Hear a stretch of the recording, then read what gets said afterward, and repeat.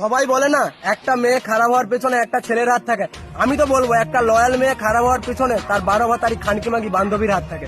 তার কারণ একটা মেয়ে তোমাকে মন থেকে ভালোবাসে, তোমার সাথে অনেকদিন সম্পর্ক চালিয়েছে, অনেক বছর সম্পর্ক চালিয়েছে, কিন্তু তার বান্ধবী তার বয়ফ্রেন্ডের সাথে দেখা করতে হবে, বলবে চল আমার সাথে চল। যে বলবে আমার বয়ফ্রেন্ডের সাথে যে ছেলেটা এসেছিল ওর সাথে প্রেম করবি, আমার একটা বন্ধু আছে তার সাথে প্রেম করবি, আমার এর সাথে প্রেম করবি, আমার বালের সাথে প্রেম করবি, সব সময় তাকে অ্যাপ্রোচ করতেই থাকে। বলবে আমি তো 4 জনের সাথে যাচ্ছি, কোথায় কিছু হচ্ছে না। আরে তোর বয়ফ্রেন্ড কিছু জানতেই পারবে না, দুদিন কথা বলে দেখ, যদি না ভালো লাগে কথা বলতে হবে না। তোর বয়ফ্রেন্ডকে কে বলতে যাচ্ছে, তোর বয়ফ্রেন্ডের ঘর তো অনেক দূরে, সে তো জানতেই পারবে না। আর এমন ভাবে ঠিক একটা মেয়ে কথা বলতে শুরু করে, কথা বলতে বলতে ছেলেটার থাকে এবার লুকোতে শুরু করে। আর একটা মেয়ে যখন একটা অন্য ছেলের সাথে কথা বলে সেটা মেয়েটার ব্যবহারেই বোঝা যায়।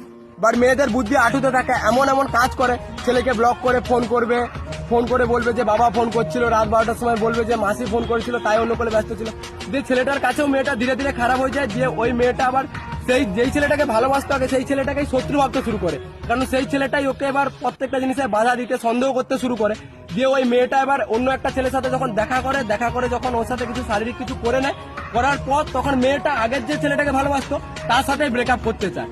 এভাবেই ধরতে গেলে একটা মানে ভালো মেয়ে, লয়াল মেয়ে, সে খানকিতে পরিণত হয়। আর একটা ভালো ছেলের জীবন যার কোনো দোষ নেই কিছু নেই, যে মন থেকে 100% ভালোবেসেছিল, সেও নষ্ট হয়ে যায়, সেও খারাপ হয়ে যায়।